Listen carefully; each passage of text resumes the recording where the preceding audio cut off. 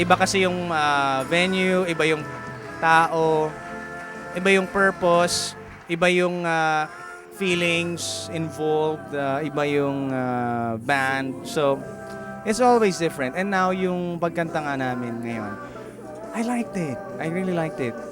I think nalabas namin yung message about a love that is timeless, a love that is pure, or sometimes unrequited, or sometimes yung pag-ibig na hindi mo mahabol-habol. Basta nahuli eh. Especially pinakadulo, yung pangako sa'yo. Yun ang napakalakas na pwede mong sabihin sa isang tao. Pangako sa'yo, ilalalaman ko. Sa hirap at ginhawa ang ating pag-ibig. Sa mundo ngayon, ang dami ng mga pangako na nasisira. So kaya mo pa bang sabihin yun na pangako sa'yo, hindi magbabago pag-ibig ko sa'yo? Kaya mo ba yun? So eto yung mga kanta dati. Ngayon yung mga kanta ngayon, mga baby baby, mga ano na lang eh. So, natuwa naman ako dahil nagustuhan ng mga audience. Pangako sa'yo ay minsan lang sa buhay ko.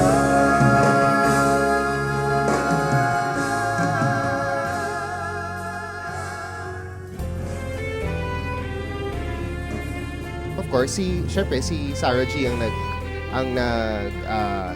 nag-lead ng concert na to to present to the people our newest endorser, Mr. Piolo Pascual. So far, it's been so easy. I have a client who is wonderful, so easy to talk to, very well-bred people who are gracious and extremely gallant. Kailangan kita ngayon at kailanman. Kailangan mong malaman na ikaw lamang ang tunay ko. You should look forward to the last song because it's really a soaring number. Plus, the message is beautiful. I believe I can fly. Think about it. Although the song is really for a much younger market, the song is I Believe I Can Fly. See me running, see me running. Oh, with love, I believe I can fly. Maraming salamat po.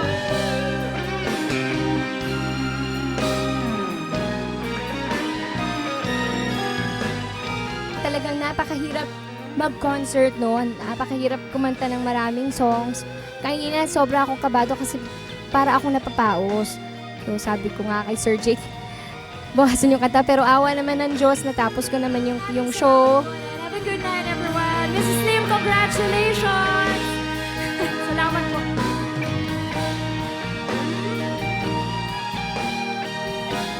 Yes, katatapos lang po ng concert ni Miss Sarah Geronimo.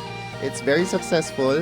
And of course, hindi magiging successful to without the participation of Miss Sarah Geronimo and the other celebrities. Sana nagustuhan naman ng crowd, ng audience yung performances namin. So, talagang, si Lord lang talaga.